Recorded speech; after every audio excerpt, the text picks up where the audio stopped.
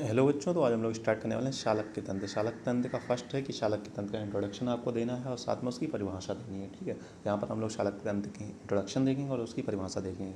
अगले लेक्चर में जो अगला टॉपिक होगा उसे टॉपिक वाइज टॉपिक हम लोग मतलब लाइन बाय लाइन जितने टॉपिक दिए गए हैं उसके अनुसार कवर करते जाएंगे। चैप्टर फर्स्ट का फर्स्ट टॉपिक आज हम लोग कवर करेंगे। ठीक है बच्चों, तो पहला क्या है, शालक्य की तंत्र की निरुक्ति।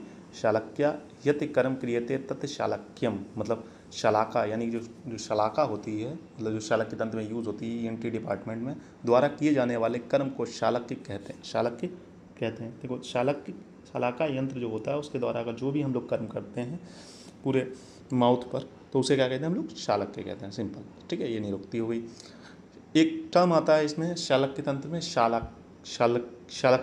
तो शालक्किन क्या है, नेत्र चिकित्सक को शालक्किन कहते हैं। मतलब जो हम लोग अगर कहें तो ऑप्थोमेलॉजिस्ट को, मतलब ऑप्थोमेलॉजिस्ट को यहाँ पर शालक्किन कहा गया है। ठीक है, नेत्र चिकित्सक जो मतलब जो वैद्य मतलब नेत्र की चिकित्सा करता है उसे हम लोग शालक्किन कहते हैं। ठीक है, ये भी हो सकता है ये टर्म आपसे पूछ ले। ठीक है, आयुर्वेद के 8 अंगों में शालक्य तंत्र को महत्वपूर्ण स्थान दिया गया। शालक्य तंत्र को क्या है, महत्वपूर्ण स्थान दिया गया। आचार्य बागभट्ट ने, जो आचार्य बागभट्ट हैं, उन्होंने इसे कौन से स्थान पर रखा है, चौथे स्थान पर रखा है। ठीक है, सुश्रुत संहिता में शालक्य तंत्र का विस्तृत वर्णन सुश्रुत संहिता में मिलता है। देखो, सुश्रुत संहिता जो है, वो आचार्य सुश्रुत द्वारा जो रिटेन संहिता है उसमें इसका मतलब पूरा डिस्क्रिप्शन मिलता है।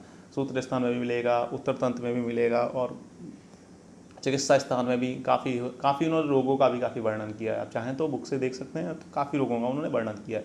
तब आपको साथ में रोग पढ़ाते जाएंगे तो वहाँ पर बताएंगे आचार्य सुश्रुत ने कौन कौन से रोगों का कहाँ कहाँ पर वर्णन किया। ठीक, उसके बाद बागभट्ट तंत्र में ऊर्ध्वांग नाम दिया गया और चौथा स्थान दिया गया। देखो, बागभट्ट जो हैं उन्होंने इसका नाम क्या लिया, ऊर्ध्वांग नाम से शालक्य तंत्र को शालक्य को माना है और उसे कौन सा स्थान दिया है, चौथे स्थान। क्या इसका श्लोक है, काय बाल ग्रह ऊर्ध्वांग, तो चौथे स्थान दिया गया। ठीक है, शालक्य तंत्र की परिभाषा ये बहुत इंपॉर्टेंट है, सारे बच्चों को इसे याद ही करना पड़ेगा क्योंकि ये बेसिक है उसकी डेफिनेशन। ठीक है, शालक्यम नाम ऊर्ध जतुगता नाम श्रवण नयन वदन घ्राण आदि संशिता नाम व्याधि नाम उपशमनार्थम। इसका मतलब क्या है, जिस तंत्र में ऊर्ध जतु यानी कि शरीर के ऊपरी भाग के ऊपर स्थित कान,